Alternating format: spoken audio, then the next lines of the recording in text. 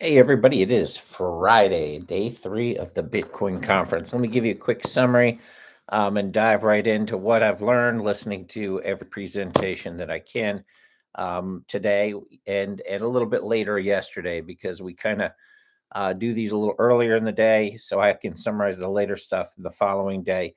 Big discussion today was on Bitcoin and data privacy using the Lightning Network and Tor and in general the lightning network. The cool thing is that you can protect a lot of your data if you're the buyer going into a merchant.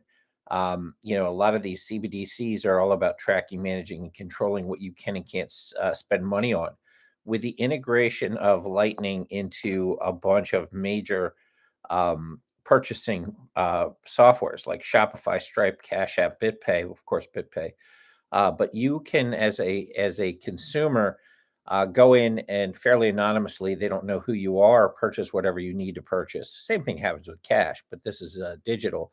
And usually in the digital world, if you can track and manage who is actually making the purchase, you can also prevent it. So on the CBDC side, for example, the government could say, hey, I'm not letting you buy more than 1 6-pack of beer a month, or I'm not letting you spend money after 2 a.m., or I'm not letting you spend money on chips and soda because you're too fat. And they can literally cut you off for that type of stuff. So, for financial freedom, the Lightning Network and Bitcoin in particular becomes rather important moving forward, more important than than facing the challenges that we will face with CBDCs. It becomes more and more important to be able to have autonomy, control, and decentralized nature of your own spending. Who if you work for the money and somebody can control how you spend it, then what's the point, right? Another major thing too is on the mining side. The Bitcoin network is the most secure in the world, but there are some organizations now that are sort of collaborating, pulling together miners as their own community. Now, the mining community is joining some of these organizations as a way to have a voice, and it's being presented as a way to collaborate and advocate on behalf of the mining community. That's probably better served as a DAO. And although Bitcoin people tend to sort of stay away from smart contracts and NFTs, the pure Bitcoinists, the fact that you would actually have a central database of Bitcoin miners is a problem. With you don't want that data to be kept tracked. Part of the best part about the Bitcoin mining is you can black hat mine, set up miners on the fly wherever you have electricity and mine on your own without a central database. You don't want the government or some private entity that's working with the government, like a Facebook or a Fink, with Blackstone, having that type of data and being able to, in an emergency situation, cut off control, manipulate the hash rates, and take over 51% as a 51% attack, which is something that the community at large needs to really be careful of. And that's one of the things too. And they're talking about the mining, and they're talking about pushing these mining devices to smaller and smaller devices, phones, etc. Anything that you use, it helps secure the network. So the more distributed the network are, the more nodes they are, the more secure the network is, the less likely it is to be subject to a 51% attack. So that's a huge discussion as well. We also heard a lot of legal talk about whether Bitcoin is free speech and the different parameters of free speech. And that whole segment, and my wife is an attorney, but that whole segment made me ill because attorneys are assholes. Most of them are, not my wife. But that guy was, he was talking about the court cases and some of the other stuff. These are real things to talk about, but missing a large part of what Bitcoin is, why some of those legal arguments aren't going to work. Most attorneys, he's kind of telling you what you can't do based on what the government doesn't want you to do. And, his job is to interpret case law in a certain way. But another attorney, and they should have had somebody on the other side that wasn't as big of an asshole as that guy was, to come in and actually crush his arguments on the free speech side. Sometimes his point was, it's somewhat valid that Bitcoin's sometimes free speech, sometimes it isn't. You can't go online and teach people how to build a nuclear bomb, but that's not what Bitcoin is. Also, he was probably a little bit more sympathetic towards the environmental people that are coming in on the Bitcoin side and saying the EMSs have a leg to stand on, but they don't because the facts aren't in their favor. The environmentalists don't understand Bitcoin. They think that it's just every single bit of energy is bad. In the meantime, nobody's doing more good for the environment than the Bitcoin miners, trying to figure out how to use cheaper, more renewable energy. The move from China to the United States with a hash rate was huge for that, because in China, they don't care. They use whatever energy's there. China's spinning up like 40 coal power plants right now to power the nation. Here in the United States, they're figuring out, all right, how do we set up solar, et cetera. And that was actually one of the big announcements today, too, is that Tesla has announced a partnership uh, with Block and Blockstream to team up to build a Bitcoin mining facility in Texas powered by solar energy and batteries. Eventually, they'll move to wind as well. But that's what's happening in the Bitcoin mining world. This proof of work that everyone's saying is bad for the environment is actually outstanding for the environment. It's allowing people to set up communities and places that would typically be uninhabitable, lower affordability, and is self-sustaining in the sense that if you're able to mine Bitcoin and support the community while you're in the middle of a desert or while you're in a stream, that's an amazing thing for humanity. And at the same time, you're using renewable energy that would otherwise just be wasted. So, the environmentalists, they're trying to use the EMSs to gain control over the Bitcoin mining and the mining community and manipulate things to proof of stake. Big mistake. Proof of stake is less secure, and that's probably why there's a lot of push for it. Which is why I'm skeptical of Ripple's founder spending $5 million to try to move Bitcoin into proof of stake. I think there's some government fuckery going on there behind the scenes as XRP is in the middle of a pretty big legal battle with the United States government and the FCC, and they're winning. But when I see stuff like that, I'm like, okay, what's going on for real? What's going on behind the scenes? So, I don't have any inside information. I just have years of seeing how this works, and I don't think that I smell a rat. Speaking of smelling a rat, Janet Yellen, we talked about her at the conference. She has gone from being anti-Bitcoin to now accepting that there's a place for it. I smell a rat there too. She came out today and said that she can see a time where CBDCs outperform Bitcoin. Either she is completely insane, either she has a plan to make sure that that's the case, or she knows so little about Bitcoin. She knows as little about Bitcoin as she does about getting an amazing tan. Janet Yellen is not a Bitcoin person. She's too old to ever understand it, quite frankly. She's probably approaching 80 some years old. I don't know why we have so many old people running the country because they're not going to be around to enjoy it. So they don't make decisions based on the long-term elements of it. Speaking of old and antiquated, Peter Thiel hammered the hell out of Larry Fink, Buffett, and Dimon. He specifically called Buffett a sociopathic grandpa, which is hilarious, and hammered all three for not caring about what the country should be caring about the younger people, controlling the monetary system, getting away from the fiat system. The reality is, the more you know about the fiat system, the more you hate it, because you see that it's just been stealing money from people at a rate of 14% per year every year that it's been created. And the more you learn about Bitcoin, the more you love it.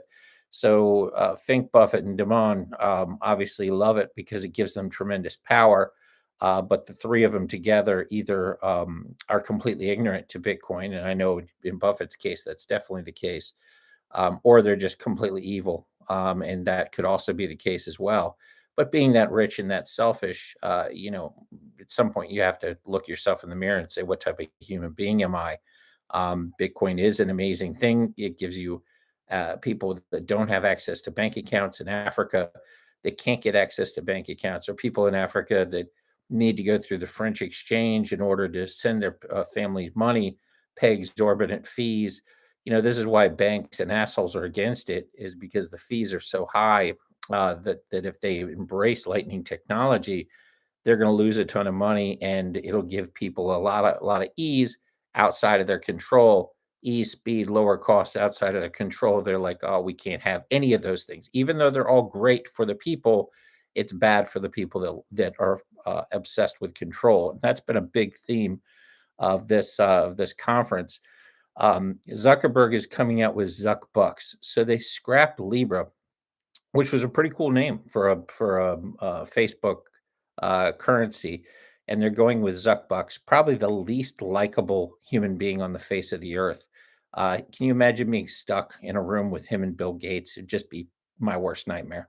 But he is Zuck Bucks. So apparently, everybody at Facebook is tone deaf and think that people like Zuckerberg, when in fact they view him as a reptile and a rodent, and somebody that they wouldn't want to hang out with. Janet Yellen in the same room with those guys. Oh my goodness gracious, it'd just be torture. So other than that, you've got some people that are begging for regulation, and real Bitcoiners are absolutely annoyed by that. So Mr. Wonderful begs for regulation because he thinks massive money will come in. And he has a point there. And then real Bitcoiners are saying, screw that. That basically goes against everything that we're for. I think you are kind of letting the fox in the hen house by asking for regulation. I mean, Bitcoin's been under attack for a long, long time. I think a lot of governments now are starting to realize it's here to stay, and they're starting to put a stranglehold on it. You're seeing that in the EU. They're starting to, know your customer with the exchanges and going after these insanely draconian measures to be able to make sure that every transaction is tracked and managed. It's already on the blockchain, but figure it out on your end and track the blockchain. Don't go after the exchanges. Well, all they're going to do at that point is force people off the exchanges, off the banks, and people just start transacting Bitcoin directly. You won't say Bitcoin's at $60,000 or $44,000. You'll just say Bitcoin's a Bitcoin at that point. So this is a slippery slope for government. And again, most people don't understand it. You've got your people out there like Brad Sherman and Elizabeth Warren who are completely clueless, in bed with banks. And I love Warren's the best example of being horrible on this. Excuse my political rant for today, but Elizabeth Warren acts like she's anti-bank and that she's pro-consumer. And that's how she's positioned herself for a long, long time. So she goes after the banks on behalf of the consumer. The reality is that's not at all what's happening. She's going after the banks so that she can leverage the banks like a mafia person. And once she's in, she puts her people in there. She actually puts people in the banks themselves, which will direct money back to her. Then she advocates on behalf of the banks. So she works directly for the banks. And what you're seeing with Elizabeth Warren, she's actually asked for Bitcoin to be made illegal. You're seeing somebody who, if they actually were advocating for people, would advocate for Bitcoin to be made legal tender. What you're seeing is that she works for the banks. She doesn't advocate for the people. She pretends to advocate for the people, and then she's owned by the banks themselves because the money flows to her. So it's all been a scam the whole time. And the push to make Bitcoin illegal is the most obvious tell that she's working for the banks. Now, why would the banks care? When you look at Swift, which is antiquated dog shit technology compared to XRP Lightning, whatever you want to compare it to, you're talking about much faster, basically instant settlement, cross border, every single denomination of dollar or currency or fiat can be supported instantly, transmitted over Lightning, and reallocated in whatever denomination you need. So if you're sending money from Kenya to the United States, can convert from Kenyan currency into the Lightning Network and purposed into the US dollar on the other side, all settled immediately, virtually like a second. Whereas it's typically 3 to 10 days with a standard thing. Sometimes more on international, it can be 15. And it's expensive and it's slow and it's reversible. There's a lot of fraud if people get their goods and service and then, go to their credit card and say this is fraud. They can get free items by playing a little game there. So it's a major threat to banks. And then I haven't even gotten into DeFi and how DeFi can actually replace banks, replace mortgages. The NFTs can replace mortgages.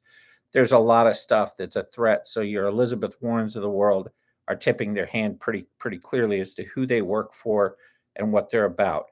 Bitcoin Magazine did a great job. I put up on the screen, it'll be a QR code. Bitcoin Magazine is raising money to get rid of the Elizabeth Warrens of the world, to be able to lobby on behalf of Bitcoin.